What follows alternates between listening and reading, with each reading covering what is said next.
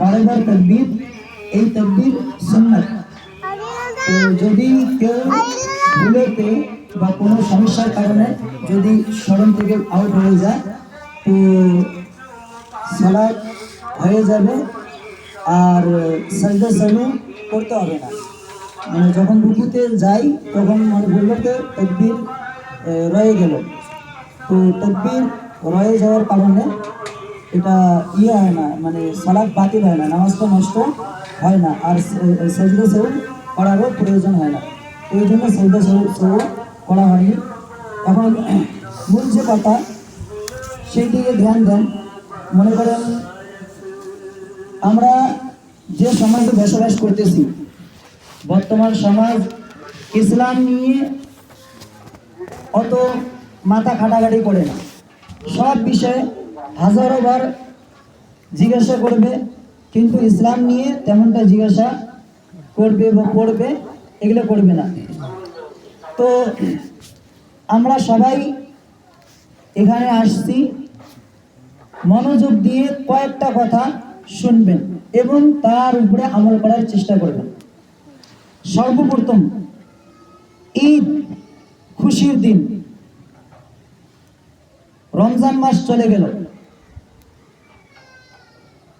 আপনি ওই ব্যক্তির মধ্যে তো নন যে সমস্ত ব্যক্তি রমজান পাওয়ার পর পুরো রমজানটা চলে গেছে। আল্লাহর দয়া, আল্লাহর কৃপা এতই বেশি হয় রমজান মাসে, আল্লাহ তাআলা দৈনিক দিন অসংখ্য জাহান্নামীদেরকে জাহান্নাম থেকে আজাদ করে দেয়। আর তারপরেও কেউ যদি রমজান মাস শেষ হওয়া পর্যন্ত জাহান্নাম থেকে আজাদ হইতে পারে নাই, তাকে যদি ক্ষমা করে দেওয়া হয়নি, তো নবী সাল্লাল্লাহু আলাইহি সাল্লাম আমিন বললেন, আর জিবরাইল আলাইহিস সালাম অভিশাপ দিতেছে। জুম্মার দিনের ঘটনা, যখন খুতবা দিতে চড়ে সেই সময় জিবরাইল আলাইহিস সালাম তিনটি বদদোয়া দিয়েছে, তিনটি অভিশাপ দিয়েছে। আর তিনটি অভিশাপের মধ্যে একটা অভিশাপ হলো যে ওই ব্যক্তি ধ্বংস হোক যে ব্যক্তি রমজান মাস পায়, আর রমজান মাস শেষ হয়ে গেল কিন্তু ওকে ক্ষমা করে দেওয়া হইল না, ওই ব্যক্তিকে কখনো ক্ষমা করে দেওয়া হবে না। যে ব্যক্তি কোন মুসলিম ভাইয়ের ব্যাপারে হিংসা বা ঘৃণা অন্তরে রাখবে, বিলকুল সহি হাদিস। তো এই খুশির দিন, আজকের খুশির দিনের বাহানে, আজকের ঈদের ছলে, ঈদের নামে আমরা ওই আত্মীয়র বাড়ি যাই যে আত্মীয়র সঙ্গে 10 বছর, 5 বছর, 7 বছর থেকে কোনো রকমের সম্পর্ক নেই, কোনো রকমের কথাবার্তা নেই। এটা একটা বিশাল বড় সুযোগ।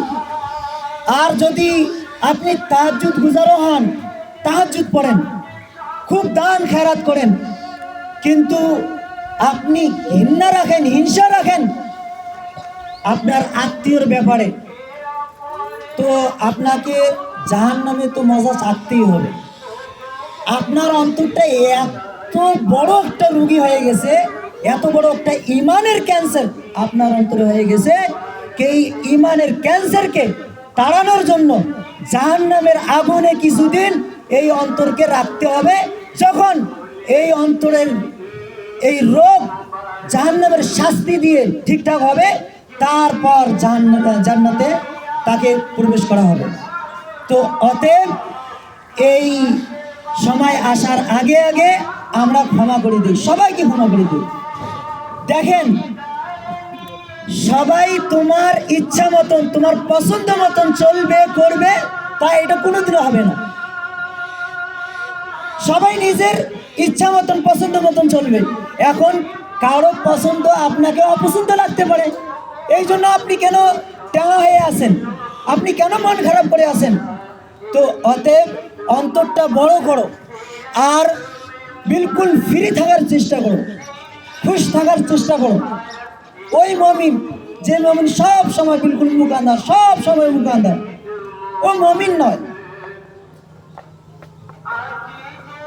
মমিনের সিফাত হইল যখন কারোর সঙ্গে দেখা হবে হেসে হেসে কথা বললে, আসসালামু আলাইকুম, ভাই ভালো আছিস, মুস্কি হাসি দিবি। এইটা হলো মুমিনের সিফাত। ওর মুখে যেন হাজারো বার 24 ঘন্টায় হাসি দেখা যায়, মুস্কি হাসি দেখা যায়। তোমরা তোমার ভাইয়ের সঙ্গে মুস্কি হাসি দিয়ে কথা বলেন, এটাও সাদকা, এটাও একটা দান, এটা একটা নেকি, বিশাল বড় নেকি। তো ইসলামের শিক্ষা কোথায়? আর আজকে আমরা মুসলিম সমাজ কোথায় দাঁড়িয়ে আছি? তো আমাদের জন্য একটা বিশাল বড় একটা সুযোগ যে আমরা এই ঈদের দিনে অন্তত যদি ওদের বাড়ি না পৌঁছি, ফোনের মাধ্যমে ঈদের মুবারকবাদ দিব, তাকাব্বালাল্লাহু মিন্না ওয়া মিনকুম, এই দোয়াটি পড়ব কে আল্লাহ তোমারও সমস্ত নেক আমলকে কবুল করুক, আমাদেরও সমস্ত নেক আমলকে আল্লাহ তাআলা কবুল করুক। এই দোয়াটা সাহাবারা আপোষে যখন এক অপরের সাথে সাক্ষাৎ হইতো, তো এক অপরকে এইভাবেই বলতো। এমনি এটা একটা দোয়া, তাকাব্বালাল্লাহু মিন্না ওয়া মিনকুম। আমি বললাম আপনাকে কে আমাদের এবং তোমাদের নেক আমল সমূহকে আল্লাহ তাআলা কবুল করুক। আপনিও বলতেছেন আমাকে তাকাব্বালাল্লাহু মিন্না ওয়া মিনকুম, মানে যেমন সালাম করি আসসালামু আলাইকুম ওয়া আলাইকুম আসসালাম, রিপিট সেম বাক্য হয় কিন্তু একটু আগা পাছা, কিন্তু এই দোয়ার ব্যাপারে সেমে বলবেন তাকাব্বালাল্লাহু মিন্না ওয়া মিনকুম। আপনিও বললেন তাকাব্বালাল্লাহু মিন্না ওয়া মিনকুম। তো অন্তত যে সমস্ত আত্মীয়র সঙ্গে কথাবার্তা নেই, তাদের বাড়ি যাওয়া যদি নেই, ওই সমস্ত আত্মীয়র কাছে আমাদের যেন ফোন পৌঁছে। মনটাকে হিংসা ঘৃণা দিয়ে ডুবিয়ে রাখেন না। যে ব্যক্তি হিংসা ঘৃণা দিয়ে মনটাকে কালো করে রাখবে, মনটার মধ্যে রোগ রাখবে, সেই ব্যক্তি জান্নাতে প্রবেশ করবে না। নবী সাল্লাল্লাহু আলাইহি সাল্লাম বলেছে, লা তাদখুলুল জান্নাতা হাত্তা তুমিনু, যতক্ষণ পর্যন্ত পরিপূর্ণ মুমিন হবেন না ততক্ষণ পর্যন্ত জান্নাতে প্রবেশ করতে পারবেন না।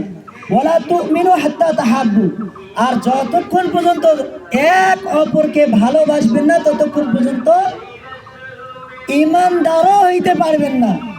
এখন বোঝা গেল যে মুসলিম এক মুসলিম অপর মুসলিমকে ভালোবাসতে হবে, এটা ঈমানের দাবি। যদি সে ঈমানদার বলে দাবি করে, তার একটা বৈশিষ্ট্য থাকবে যে সে অপর মুসলিম ভাইকে যেন ভালোবাসা অন্তরে রাখে, অপর মুসলিম ভাই বোনকে যেন ভালোবাসে। তো এইটা আমাদের বিশাল বড় একটা ব্যাপক হারে কোনো বাড়ি, কোনো পরিবার খালি নেই যেখানে হিংসা ঘৃণার রোগ প্রচুর ব্যাপক হারে নেই। তো আমরা এই হিংসা ঘৃণা থেকে বাইর হই। যদি আমরা উন্নতি করতে চাই দুনিয়ার, যদি আমরা উন্নতি করতে চাই আখিরাতের উন্নতি, দুনিয়ার উন্নতি, দুই জায়গার উন্নতি ভালোবাসার মধ্যে রয়েছে। যদি আপনি হিংসা করেন, ঘৃণা করেন, তো ঝগড়াও করবেন। আর যদি ঝগড়া করেন, আপনার দুনিয়াও বরবাদ হবে, আপনার বিজনেস বরবাদ হবে, আপনার কাজকর্ম বরবাদ হবে, আবার আখিরাতে অসংখ্য নেকি তোমার বরবাদ হবে। ওই জন্য আমরা এই ঈদের সময়কে সুযোগ বানিয়ে যাদের সঙ্গে হিংসা ঘৃণা আছে অলরেডি, তার সঙ্গে দোয়া সালাম যাতায়াত শুরু করে দেই। ওনারা কিভাবে ভাবুক, কোনো অসুবিধা নেই। তো এইটা কাজ সবাই অবশ্যই করবেন ইনশাআল্লাহ। দ্বিতীয় কাজ সেটা হলো নবী সাল্লাল্লাহু আলাইহি ওয়াসাল্লাম জীবনে 18 বার ঈদের সালাত পড়েছেন। ঈদুল ফিত্র, ঈদুল আজহা দুটো মিলে কয়বার? 18 বার। আর 18 বার নবী সাল্লাল্লাহু আলাইহি ওয়াসাল্লাম পুরো সমাজকে নিয়ে ঈদের খুশি করেছেন। কি করেছেন? ঈদ মানে পুরো সমাজের খুশি, সমাজে যারা যারা আছে সবারই খুশি। তো সামাজিক খুশি, এটা ইন্টারন্যাশনাল খুশি, আবার সমাজের মধ্যে সবাইকে নিয়ে খুশি। নবী সাল্লাল্লাহু আলাইহি ওয়াসাল্লাম ছোট্ট বাচ্চা, ছেলে মেয়ে, যারা মহিলা মা বোন আছে তাদেরকে, যারা ভাইয়েরা আছে তাদেরকে, সবাইকে নিয়ে ঈদের মাঠে পৌঁছতেন। এবং নবী সাল্লাল্লাহু আলাইহি ওয়াসাল্লাম আদেশ দিয়েছে কে সমস্ত মহিলারা ঈদের জন্য বাইর হন। একজন উম্মে আতিয়া রাদিয়াল্লাহু আনহা বললেন হে আল্লাহর নবী, আমাদের মধ্যে কারো কাছে, কোনো বোনের কাছে পর্দা করার মতনও কাপড় থাকে না, সে কি করবে? তো নবী সাল্লাল্লাহু আলাইহি সাল্লাম বললেন কে তার বোনের, তার বান্ধবীর যে চাদর আছে, পর্দা করার ব্যবস্থা আছে, ওই চাদর থেকে 2 ভাগ করে নাও, চাদরটা মধ্যতে ইয়ে করে 1 ভাগ অর্ধেক নিজে ব্যবহার করবে আর অর্ধেক তার বোনকে দিবে যার কাছে পর্দা নেই।